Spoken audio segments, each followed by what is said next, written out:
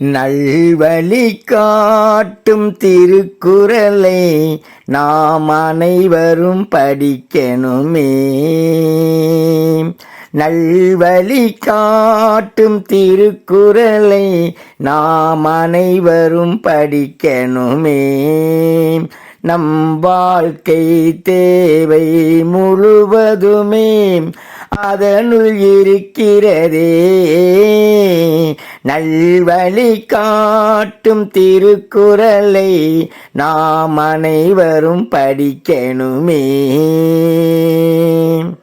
திருக்குறளின் சிறப்பை சொல்லிட வந்தேன், கொஞ்சம் கேளுங்களேன்.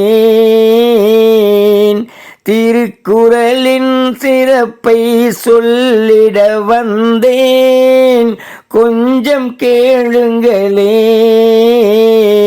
சிறிது நேரம் செவியை எனக்கு இரவல் தாருங்களேன். நல்வழி காட்டும் திருக்குறளை நாம் அனைவரும் படிக்கணுமே.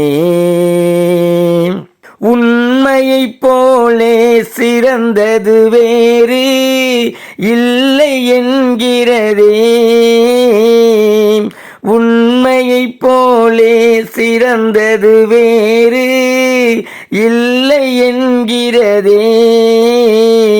உண்மையை பேசும் மனிதர்கள் தானே உயர்ந்தவர் என்கிறதே. கண்ணால் பார்ப்பதும் காதால் கேட்பதும் எதையும் நம்பாதே. தீராய்ந்து பார்த்த பின்தான் உறுதி செய்யணுமே என்று குறளும் சொல்கிறதே. நல்வழி காட்டும் திருக்குறளை நாம் அனைவரும் படிக்கணுமே. வரவுக்கேற்ற செலவினை செய்ய வேண்டும் என்கிறதே. வரவுக்கேற்ற செலவினை செய்ய வேண்டும் என்கிறதே. கடன் இல்லாமல் வாழ்வது தானே நிம்மதி என்கிறதே. பணத்தை பூட்டி வைப்பவரெல்லாம் மனிதர்கள் அல்லவரே. இருப்பதை கொஞ்சம் சேவைக்கு கொடுப்பவர் உயர்ந்தவர் என்கிறதே என்று குறளும் சொல்கிறதே. நல்வழி காட்டும் திருக்குறளை நாம் அனைவரும் படிக்கணுமே. என்ன அறிவு இருந்த போதும் பொருளும் வேண்டுமடா. என்ன அறிவு இருந்த போதும் பொருளும் வேண்டுமடா.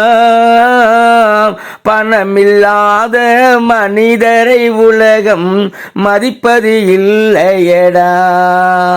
தாங்க முடியா வறுமை வந்தால் உறவும் நெருங்காதே.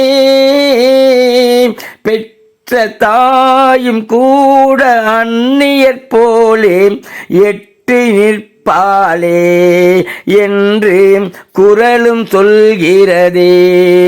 நல்வழி காட்டும் திருக்குறளை நாம் அனைவரும் படிக்கணுமே. கஞ்சன் கையில் அகப்பட்ட பணம் பசியை தீர்க்காதே. கஞ்சன் கையில் அகப்பட்ட பணம் பசியை தீர்க்காதே. அது நாய் உருட்டிய முழு தேங்காய் போலே யாருக்கும் உதவாதே. வள்ளலின் கையில் இருக்கின்ற பொருள் எல்லோருக்கும் பயன் தருமே. அது ஊர் நடுவே உள்ள தாகம் தீர்க்கும் குளத்தை போன்ற அதுவே என்று குரலும் சொல்கிறதே. நல்வழி காட்டும் திருக்குறளை நாம் அனைவரும் படிக்கணுமே. நம் வாழ்க்கை தேவை முழுதும் அதிலே அதனுள் இருக்கிறதே. நல்வழி காட்டும் திருக்குறளை நாம் அனைவரும் படிக்கணுமே.